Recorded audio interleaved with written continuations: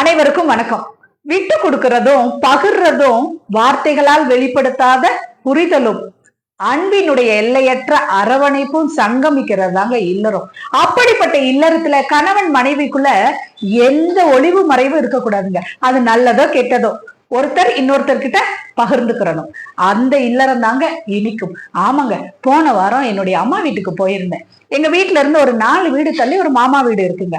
அவருக்கு 2 பிள்ளைங்க, ஒரு பையன் ஒரு பொண்ணு. 2 பிள்ளைங்களுமே அவ்வளவு அழகா படிப்பாங்க. பொண்ணும் பாத்தீங்கன்னா அவ்வளவு நல்ல பண்புள்ள பொண்ணுங்க. இந்த காலத்துல அவங்க அப்பா மட்டும்தாங்க அந்த வீட்டுல கொஞ்சம் கண்டிப்பு.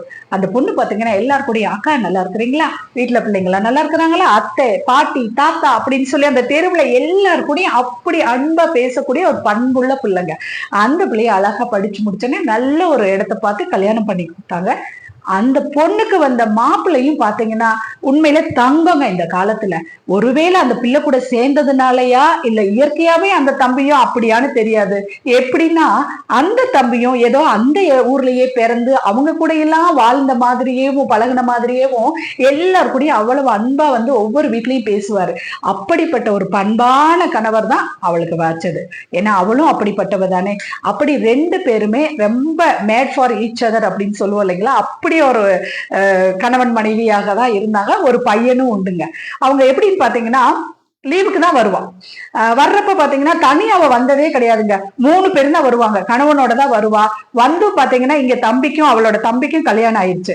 அங்கேயுமே பாத்தீங்கன்னா அந்த குடும்பமே ஒரு எப்படி சொல்லலாங்க, அவ்வளவு சந்தோஷமா இருப்பாங்க. வந்தா எல்லாரும் ஒண்ணு சேர்ந்து சமைக்கிறதோ அப்படி சாப்பிடுறதோ அரட்டை அடிக்கிறதோ ஜாலியா. அதே மாதிரி திட்டமிட்டு என்ன பண்ணுவாங்கன்னா ஒவ்வொரு வருஷமுமே உல்லாச பயணம் போயிருவாங்க எல்லாரும் சேர்ந்து. அந்த மாதிரில அப்ப நாங்க எல்லாருமே சொல்லுவோம், உண்மையிலே அவங்க குடும்பத்தை பாக்குறப்ப எவ்வளவு சந்தோஷமா இருக்கு. அதுவும் அந்த பொண்ணோட வாழ்க்கையை பாத்தீங்கன்னா அந்த தம்பியை தான் அவ்வளவு உயர்வா பேசுவாங்க. எங்க தெருவுல எல்லாருமே எப்படி ஒரு வாழ்க்கை கிடைச்சிருக்கு பாரு அவளுக்கு, அது மாதிரி ஒவ்வொரு பொண்ணுக்கு கிடைச்சிருச்சு அப்படின்னா பொண்ணை பெற்றவங்க நிம்மதியா இருக்கலாம் அப்படின்னு சொல்லுவாங்க. அப்படி ஒரு பையங்க. அந்த பையன் வந்து பாத்தீங்கன்னா எப்படி அப்படின்னு பாத்தீங்கன்னா எல்லா பொறுப்பையும் அவகிட்ட கொடுத்துருவான். அவன் சொல்லுவான், என்கிட்டயே சொல்லியிருக்கிறான், என்னை விட அவ வந்து ரொம்ப அழகா பாத்துக்கிடுவா, ரொம்ப அழகா சூப்பரா மேனேஜ் பண்ணுவான் அப்படின்லாம் சொல்லியிருக்கிறாங்க. அது மட்டும் இல்ல, அவளை கேட்காம எந்த இதுவும் செய்ய மாட்டான். ஒவ்வொரு இது சின்ன சின்னதுன்னா கூட அவ கூட கன்சல்ட் பண்ணி தான் பண்ணுவான். அப்படியான ஒரு மாப்பிள்ளை. அப்ப இப்படி இருக்கிற ஒரு சூழல்ல நான் போன தடவை போயிருக்கிறப்ப பாத்தீங்கன்னா பையனும் அவ மட்டும்தான் இருந்தாங்க. அப்ப நான் கூட நினைச்சேன் அவருக்கு ஏதோ வேலையா வெளியூர் போயிருக்காரு போல இருக்கு அப்படின்னு நினைச்சிட்டு கேட்டேன், என்னடா என்ன ஜோடிப்புறா நீ மட்டும் தனியா வந்துட்ட, எங்க உங்க வீட்டுக்கார கடம் எங்க வெளியூர் போயிட்டாரா வேலையா அப்படின்னு கேக்குறப்ப அவ சொன்ன பதில், இல்ல வருவாரு அப்படின்னு அந்த அவ்வளவுதான் சொன்ன. 2 வார்த்தை தான் சொன்னா. ஆனா அந்த சொல்றப்பயே அந்த முகத்துல ஒரு தெளிச்சி இல்ல, ஏதோ ஒரு வருத்தத்துல இருந்து அந்த வந்த வார்த்தையாக எனக்கு தோணுச்சு.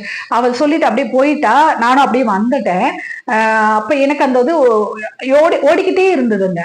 என்ன எப்பயுமே அப்படி வரமாட்டேலே, நல்லா கலகலன்னு பேசுற பிள்ளை இப்படி அப்படி என்ன இருக்கும் அப்படின்னு நான் யோசிச்சுட்டே இருந்தேன். சரி தெரியல, அங்க என்ன நடந்ததோ இல்ல வேற ஏதாவது வேலை பழுவா இருக்கலாம், இல்ல ஏதாவது இருக்கலாம், அது எதுக்கு நம்ம போட்டு நம்ம யோசிச்சுக்கிட்டு அப்படின்னு விட்டு இருந்தீங்க. கரெக்டா பாருங்க, அன்னைக்கு இரவு 7 மணிக்கு வந்தா.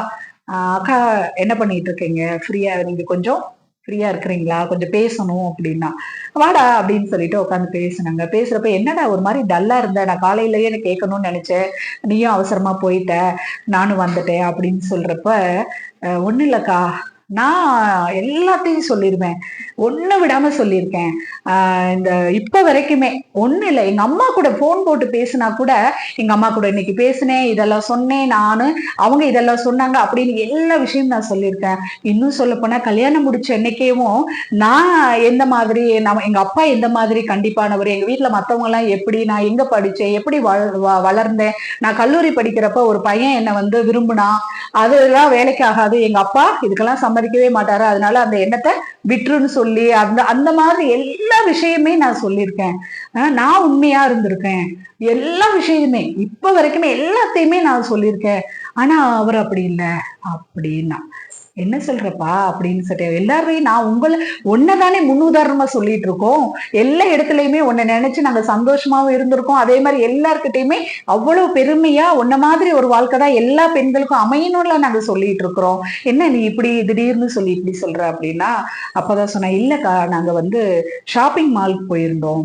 போயிருக்கிறப்பதான் அவருடைய கல்லூரி தோழி அந்த காலேஜ் ஃப்ரெண்டை ஒருத்தவங்கள பார்த்தோம். எல்லாரும் உட்காந்து காஃபி சாப்பிட்டுட்டே பேசிட்டு இருந்தோம். அவங்க நிறைய காலேஜை பத்தி பேசினாங்க, காலேஜ் வாழ்க்கை, காலேஜ் ஃப்ரெண்ட்ஸை பத்தி எல்லாம் பேசி முடிச்சுட்டு லாஸ்டா அவங்க ஒரு வார்த்தை சொன்னாங்க, நான் இங்க இருக்க வேண்டியவ, பாரு எங்க இருக்கேன்னு அப்படின்னு சொல்லிட்டு போனாங்க.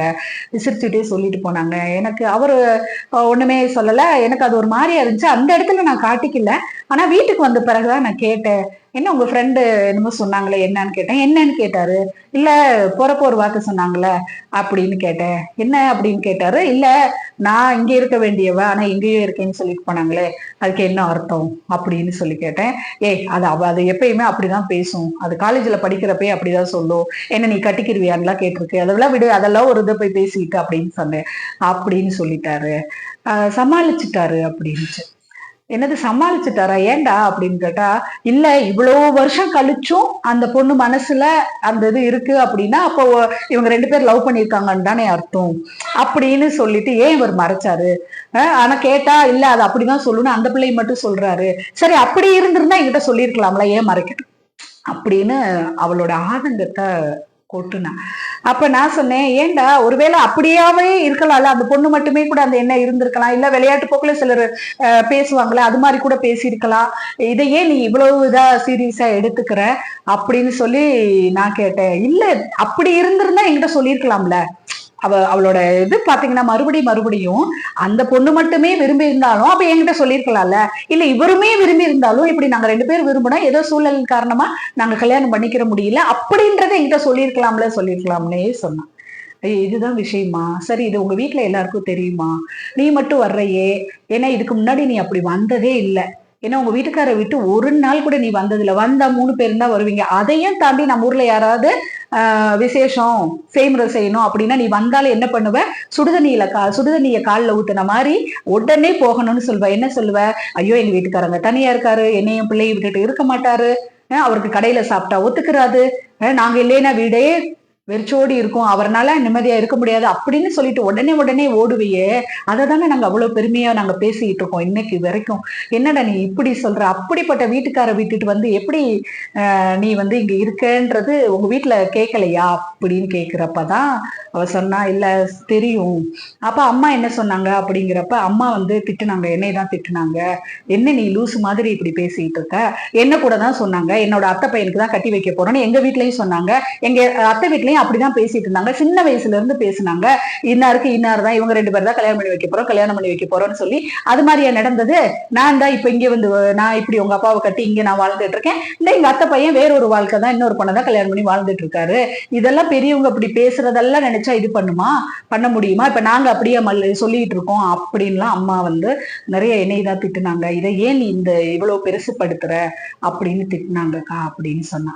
நானும் அதை தான்டா சொல்றேன், அது உண்மையானே நம்மளுக்கு தெரியாது, உண்மையிலேயே உங்க வீட்டுக்காரரும் அந்த பொண்ணை விரும்பினாரான்னு தெரியல, அந்த பொண்ணுமே போற போக்குல யதார்த்தமா கூட சிலர் ஜாலியா அப்படி பேசுவாங்கல்ல, அப்படி கூட பேசியிருக்கலாம், இல்ல அந்த பொண்ணுக்கு அந்த தாட் அந்த காலத்துல அந்த காலேஜ் படிக்கிறப்ப இருந்திருக்கலாம், ஆனா அது உங்க வீட்டுக்காருக்கு இருந்துச்சா இல்லையா எதுவுமே தெரியாம நீ ஏன் இப்ப இருக்கிற உன்னோட அழகான இந்த வாழ்க்கைய நீ வந்து இப்படி பண்ணிக்கிற, உன்னோட வாழ்க்கையில இருக்கிற சந்தோஷத்தை நிம்மதியை நீயா ஏன் ஒரு இதை வச்சு இப்படிதான் சொல்லி உன்னுடைய கற்பனையில அசிம்ஷன்ல இப்படி வந்து நீ கெடுத்துக்கிற, அதை விட்டு உங்ககிட்ட இப்ப எப்படி இருக்காரு, நான் அதை தான் கேட்டேன், கல்யாணம் முடிச்ச நாள்ல இருந்து இப்ப வரைக்குமே உன்னை எப்படி வச்சிருக்கிறாரு அப்படின்னு கேட்டிருக்க, அதெல்லாம் சரி, ஆனாலும் அது வந்து என்னால ஏத்துக்கிறவே முடியல அப்படின்னா, நீ நல்லா போய் யோசிச்சு பாரு, இது உண்மையானே தெரியாது, உண்மையா இல்லாத ஒண்ண அது நடந்துச்சா, இவருக்கும் அந்த எண்ணம் இருந்துச்சா இல்லையான்னு தெரியாது, அப்படி இல்லாத ஒண்ண நீயா ஒரு கற்பனையில நினைச்சுக்கிட்டு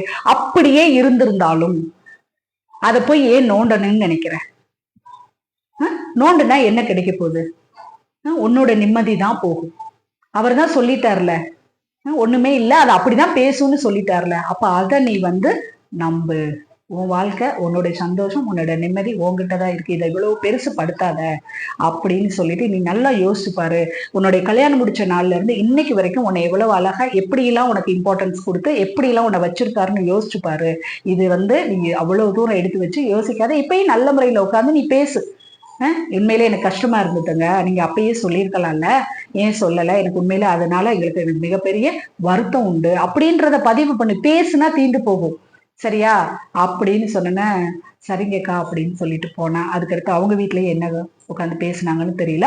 ஒரு நாள் விட்டு 3வது நாள் பாத்தீங்கன்னா, இன்னைக்கு வந்து பேசிட்டு போயிருக்கா.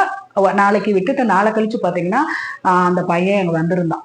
உண்மையிலே பாக்குறப்ப ரொம்ப சந்தோஷமா இருந்துச்சு. நான் அதுக்கடுத்து அதை பத்தி அவகிட்ட எதுவுமே பேசல. அந்த பையன்கிட்ட எதுவுமே பேசல. நல்லா இருக்கியாப்பா அப்படின்னு மட்டும் கேட்டேங்க. நல்லா இருக்கிறோம் அக்கா அப்படின்னு ஆண்டின்னு சொல்லுவா. நல்லா இருக்கிறோம் ஆண்டி அப்படின்னு அவன் சொன்னான். அவ்வளவுதான். உண்மையிலேயே நம்ம வீட்லயும் இது மாதிரி சின்ன சின்னது நடக்கலாம். நம்ம குடும்பத்திலையும் அது நம்மளுடைய கற்பனையை வச்சு நடக்காததை கூட இப்படி இருக்குமோ அப்படி இருக்குமோன்னு சொல்லி அந்த அனுமானத்துல கெஸ்ஸிங்ல வந்து நம்ம நிம்மதியை நம்ம கெடுக்க கூடாதுங்க. அந்த ஃபாஸ்ட் இஸ் ஃபாஸ்ட், அது என்னவா கூட இருக்கட்டும், இப்ப எப்படி இருக்கிறாங்க அப்படின்னு பார்த்தா நமக்கும் நல்லது, நம்ம வாழ்க்கைக்கும் நல்லது.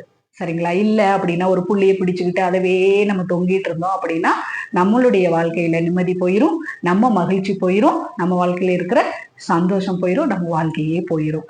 அப்படி இல்லாம எல்லா விஷயத்திலையும் நல்லதை நினைப்போம், நல்லதே நடக்கும். நன்றி, வணக்கம்.